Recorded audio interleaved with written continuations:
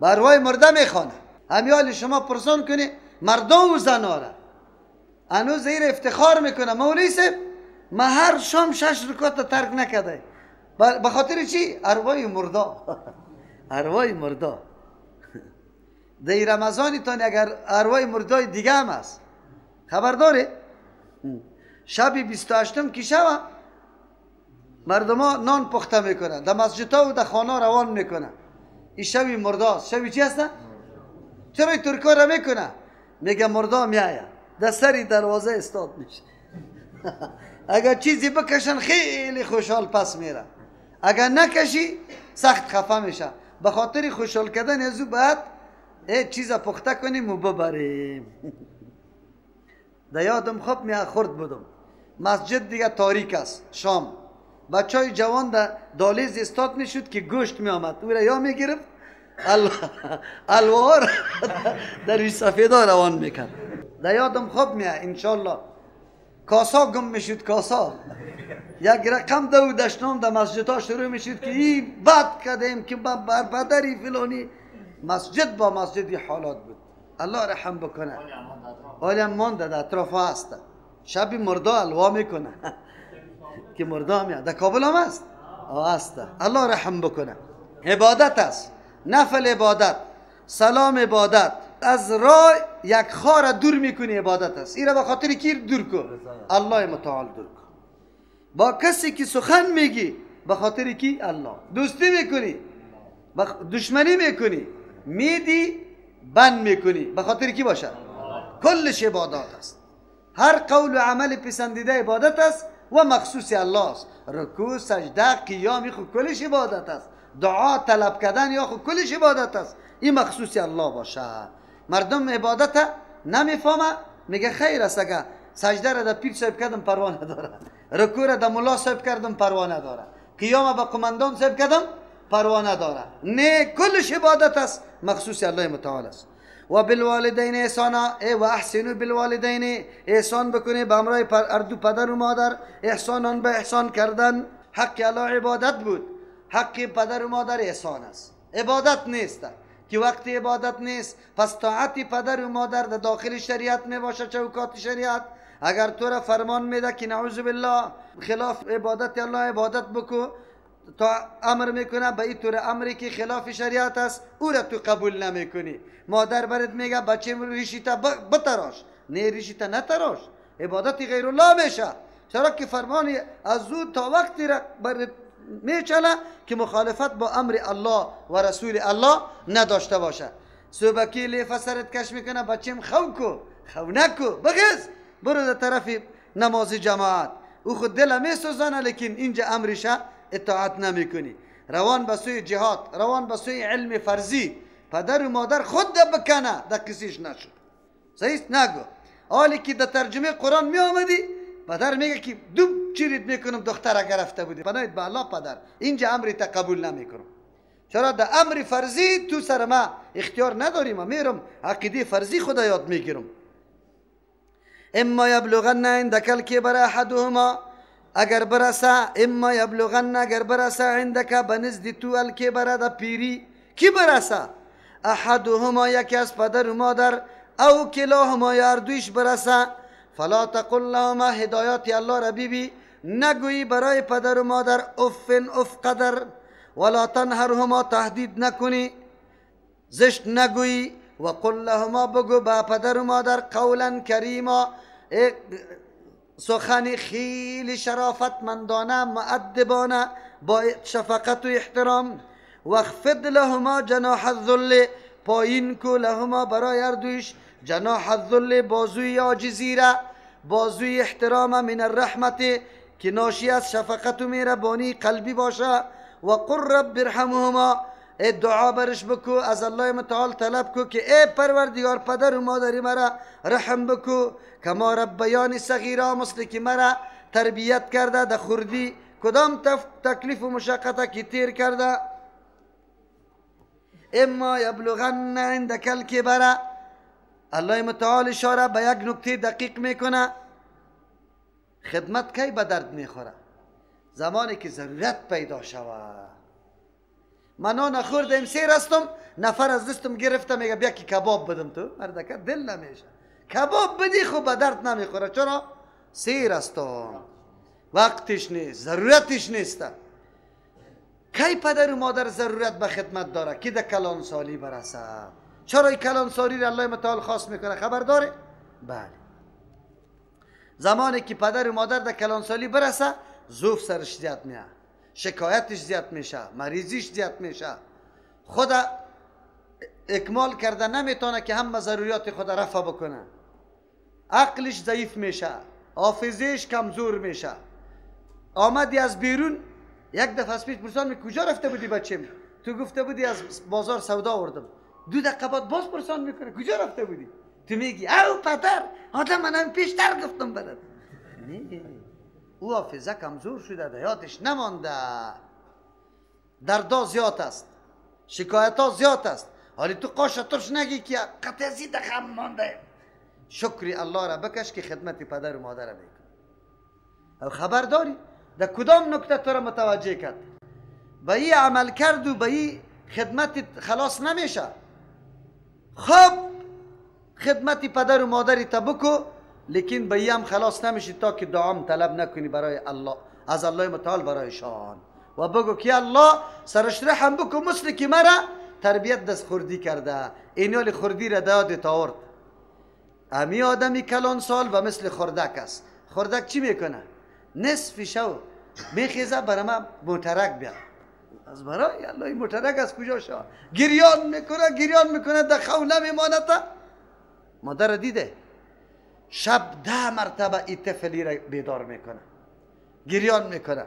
الله اینقدر حوصله برش داده، کورشم وی چرا مریض استی، میخیزه او را شور میده، الکی گوٹی بده که الک گولی بده که الک اینطور کو، در بغل خود گرد میگردانه. در زمستان یخ این حالتا را سر تیر کرده، خبر داری یا نه؟ او حالتا را در ذهنت بگی. زن آورده ای و تا قلایده کرده یه حالی دیگه، نه پدر را میشناسی نه مادر را، فکرت بگیری که 100 زن بیاری خدمت پدر و مادر پوره نمیشه. ای را بفهمی، برابر نکنی. خب بله، این قدر حقوق پدر و مادر سری اولاد داره، خب اولاد هم سری پدر و مادر حق داره یا نه؟ اگر پدر و مادر اولاد خود به این آیت‌های قرآن نشانده بود، تمی خدمتش داشته باشه یا نداشته باشه؟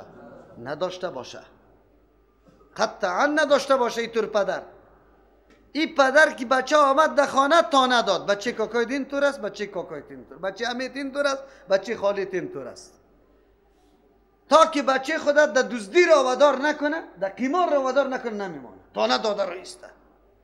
یک روز در مورد دین تانه نداده برش که بچه کاکایت جماعت میره تو نمیری، بچه کاکایت علم حاصل میکنه تو نمیری.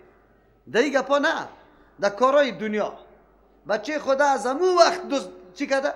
تربیه کرده. بگاه که پول آورد بچه پرسان نکرد از کجا کردی، چه قسم آوردی تو؟ خو نه کار نه وظیفه نه روزگار. بیچاره رفته در میلی بس ریش سفید بیچاره را که یک پیسه را قرض کرده، قطی مریض آمده جیب از دور قطی ماشین پل زده، پس برده او آلی قند و قرود کرده خورده رویست، قند و قرود کرده. اینطور اولادم تربیت داده. بله پدر جان دایمی جنایت و گناه قطع شریک هستی، در قبرت می باشی اینجا بچه جنایت کرده رویست، روز بروز عذاب اضافه شده میره، روز بروز، به خاطر که اولادی تا تربیه درست نکردی. مسئولیتی تا شناختی یا نه؟ خو اولادم چه حق داره سری تو؟ همین یک حق کفایت میکنه بری تو، لیکن پدر و مادر چه حق داره؟ قرآن بر ما میگه. همین گپ بس است که پدر و مادر اف قطره، مراد از اف او کلمه که سبب زجر و تنگدلی پدر و مادر میشه، اما طور کلمه را در پیش پدر نگوی. در پیش پدر دروازه را سخت نزن. در پیش پدر که میفهمی که حال پدر و مادر خفه میشه، طفلی زیاد قار نشوی نزنی. چرا که پدر و مادر رنج میبره. این تعبیر کدام تعبیر است؟ راستی تان بگوی کدامی ما امی گپا را تکمیل کرده میتونیم؟ الله توفیق بده. در غیر از او سخت است، بسیار سخت است. امروز خود دنیا مترقی شده. چه رقم مترقی شده؟ پدر و مادر کنه فکر است. یا از قرن 20 است، چی از قرن 18 است، یا به درد نمیخوره. نعوذ بالله قریب است. اگر این تعلیمات اسلام در این وطن نباشه، چند سال بعد شما هاستل برش جور میکنه. هر کس پدر و مادر خود در موجه میبره. یکی از دوستا از آلمان آمده بود برم قصه کرد از خاطراتش. من کسایی که از خارج میاد یک سوال از پیش میکنم، یک خاطره تا بگو. گفت مولوی صاحب خاطره میسته که در یک کوچه ما بودیم، چندین خانه، یک ریش سفید هر صبح میبرامد میرفتم و سودا را گرفته پس میرفت. یک وقت دمی کوچه سخت بوی خراب شد. کلگی ایران مانده بود که بوی کجاست. آخری محله ای قدر تنگ شدیم که بیخی زندگی سر ما بد شده بود. رفتیم پلیس خبر دادیم. پلیس آمد که بوی از امو خانه میاد. پلیس آلی مجبور است، دروازه بند است. پلیس بالا شد، اونجا خب قانون قوانینشان منظم است. رفت که امو مردکه دمو خانه چی شده؟ تنها وفات کرده و مردش بوی گرفته. به سر اسلام شکر بکشی الحمدلله که در حالت پیرید دختری در یک طرف نشسته است، بچه دیگر طرف. یک دستی تا پای تا پچق میکنه دختریت و دستی تا پچق میکنه بچهت. او کورشم میگه آب دیده و اشک شام روان است، دعام برات میکنه، به کمال عزتمندی و احترام غسل برات میده، جنازه تا میخوانه، دفنت میکنه. به الله قسم نظام اسلام واری نظام دیگه پیدا نمیشه. عزت دمی نظام است، باید بدانی.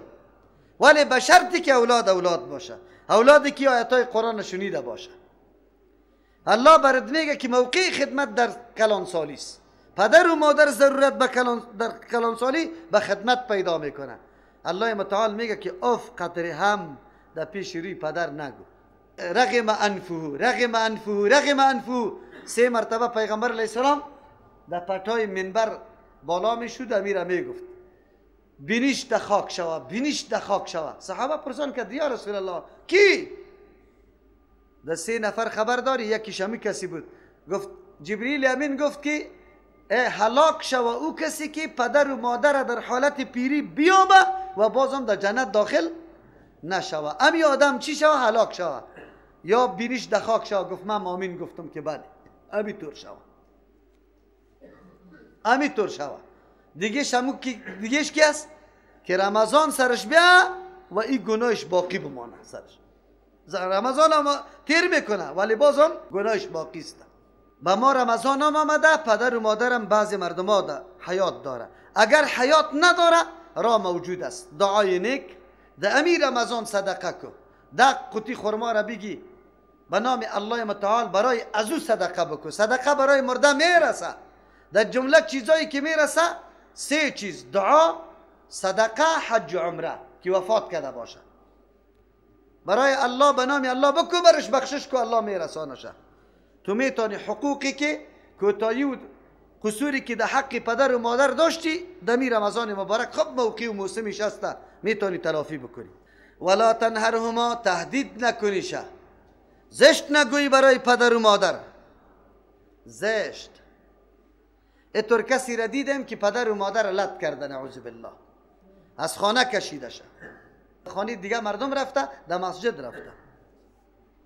و قل لهما قولا کریما، بگو برشان گفتاری مؤدبانه، کریم، یک گفتار محترم، گفتار شرافتمندانه.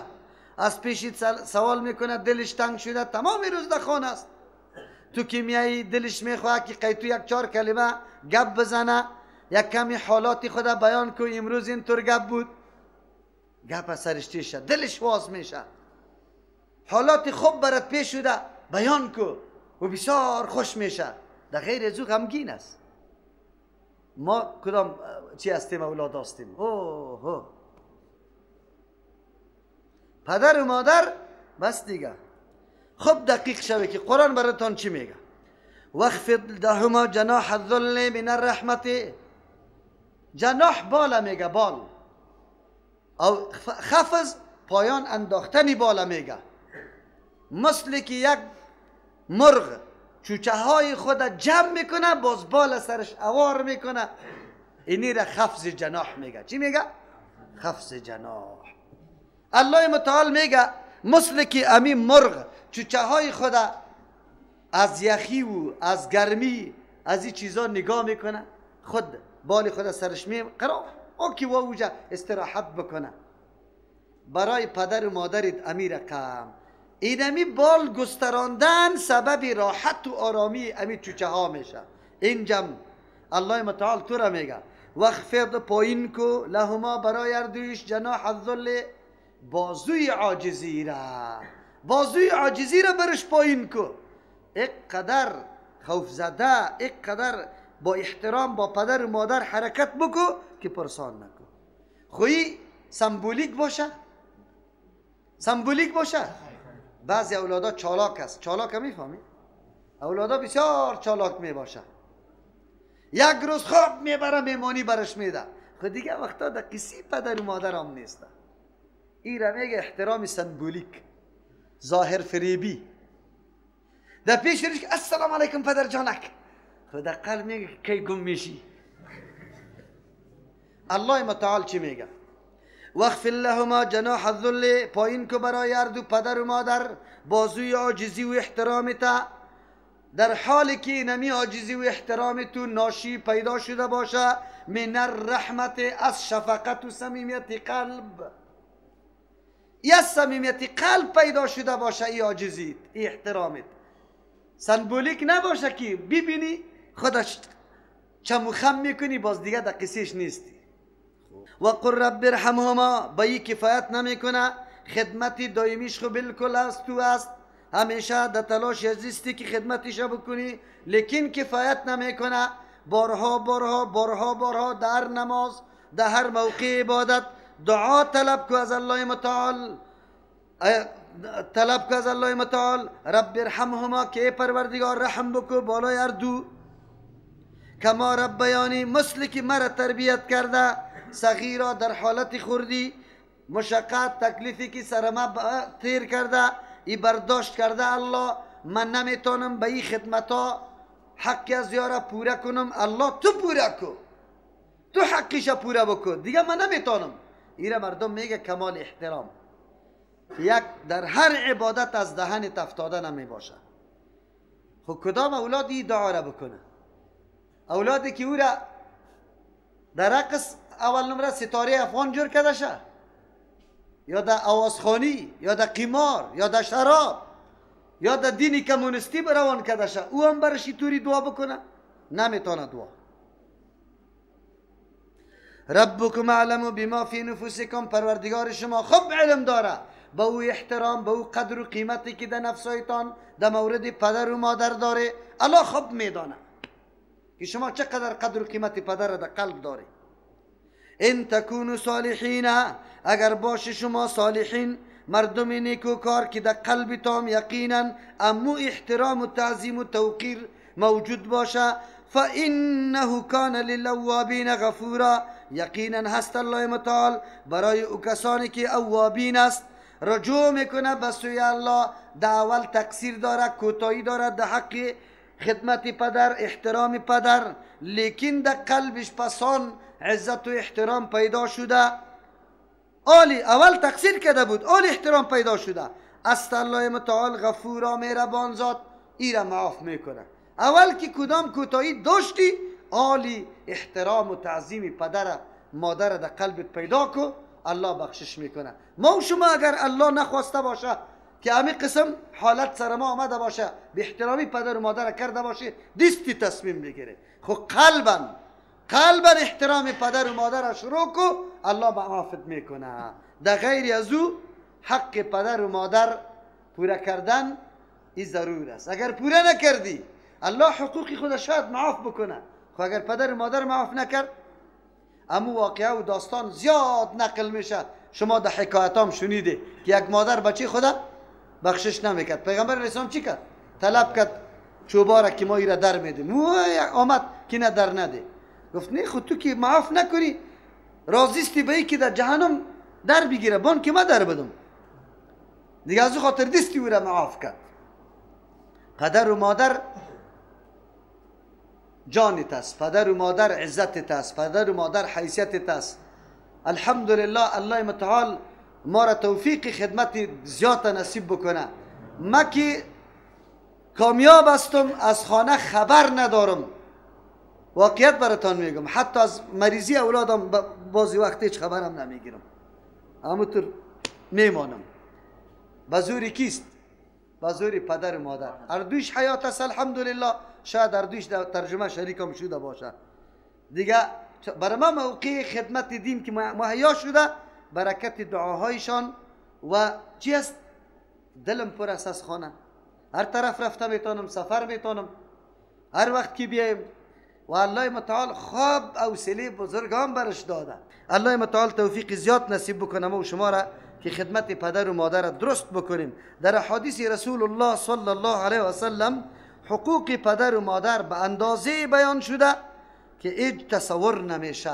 علتش آمیسته که سبب وجودی تو کی است؟ پدر و مادر است. الله متعال پیدا کرده خو لیکن اسبابش پدر و مادر گردانیده و تو را به این مقام و منزلت رسانیده، یا بر محنت کرده، زحمت کرده، خواری و غریبی کرده، تو را کلان کرده، پرورش داده، تو هم باید قدر چی را از او را بدانی. از او خاطر ده کما ربیانی صغیرا دمی نکته اشاره بود.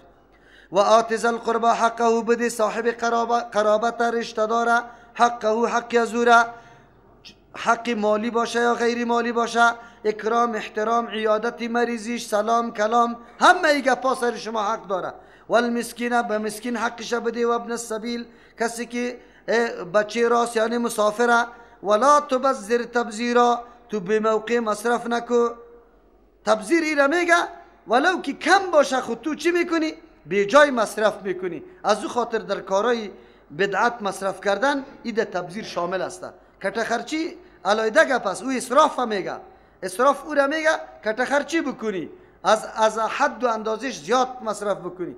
تبذیر ایره میگه ولو که چیزی کم باشه خو لیکن در جای نامناسب مصرف بکنی. در اینجا دیگه الله متعال برات میگه که پدر و مادر خو خدمتش لازم است. اگر تو پدر و مادر خدمت نکنی دیگه مخلوق خدمت نمیتونی. چرا؟ به خاطر که اولترین شخص، قریبترین شخص پدر و مادر است. احترامی از یارا کی نکنی از دیگه را کی کرده میتونی. از این خاطر سلسله شروع میشه. حق الله را ادا کو که الله را شناختی، حق پدر و مادر را میشناسی، ایرا که شناختی اقربای تام میشناسی. بعد از حقوق هر کدام، بعد از دل د مسکین میسوزه، بعد از حق مسافر را میشناسی. در غیر از نمیتونی شناخته. و الله میگه خدمت از یابت خرج و مصرف میشه. میبینی از جمله اقاربت هیچ چیزی نداره، تو قطعش کمک بکو. در زمین خود بگی که نمیره ما میکنم. یک طفلشه در مدرسه میبری، در مکتب مصارفش در دوش میگیری. از امو خاطر است که یتیما کسی اگر سرپرستیش میکنه در دوش خود میگیره. چقدر پیغمبر علیه السلام گفته که انا و کافل الیتیم هکذا فی الجنه، در جنت امیر رقم هستیم.